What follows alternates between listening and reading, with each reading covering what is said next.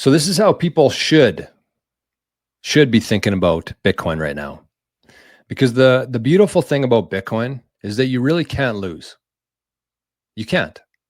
The only time a Bitcoiner could lose is when the price is crashing and they have no dollars.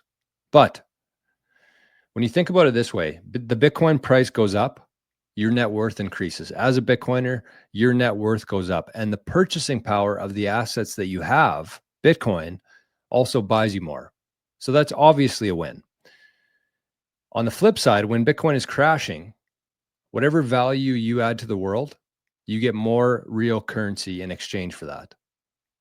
So if you went to work today and let's say you earned $300 for whatever job you did, and your expenses are $250, you get $50, you put that into Bitcoin. Because you get more sats at a lower price, you're actually earning more real currency when the price goes down. So it's you cannot lose in Bitcoin. And when that green light comes on, when you understand that, then days like this there's no worries. The only worry is how to get more fiat to try to buy more Bitcoin. But the spreadsheet here does a really good job explaining that.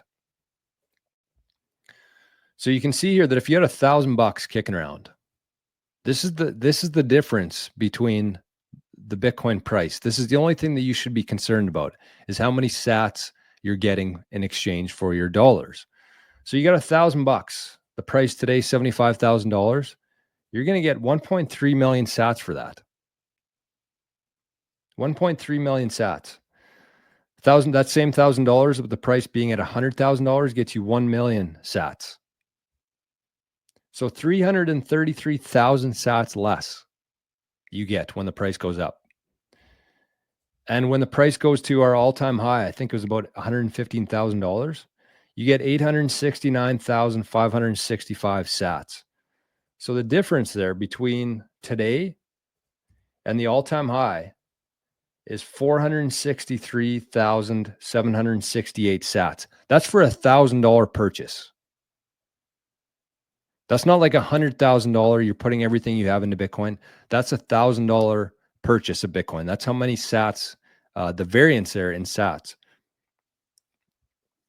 Which for somebody who's, not in Bitcoin, that doesn't probably seem like a lot. But I'm glad that they put a dollar sign on this. Thank you, Excel.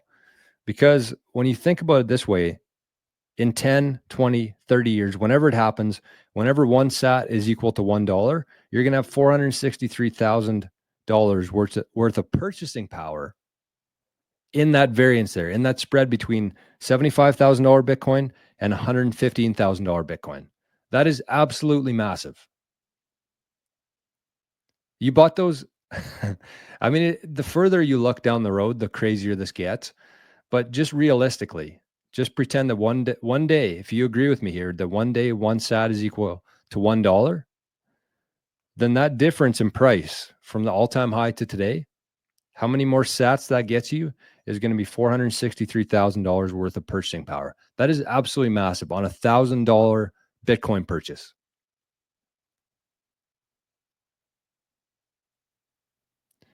And you can think about it, whether you have $1,000 or whatever you go to work today and you make more than you spend, whatever you put into Bitcoin, you're getting more sats for your time and energy. And that's why as Bitcoin continues to go up over time, our salaries are just going to continue to go down and down and down.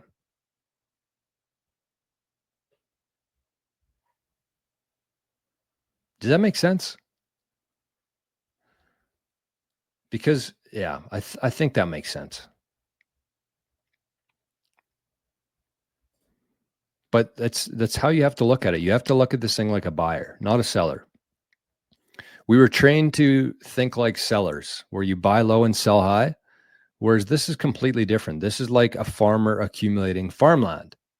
Farmers don't check the price of their land every day. Farmers go to work, and when something comes up around them, they buy it, regardless of what the price is. And actually, they want it to be lower so they can actually afford to buy it, because they're in the business of expanding their operation. They're in the business of expanding their generational wealth. And that's how Bitcoiners need to think. Farmers don't think buy low and sell high. Farmers think buy as much as you fucking can.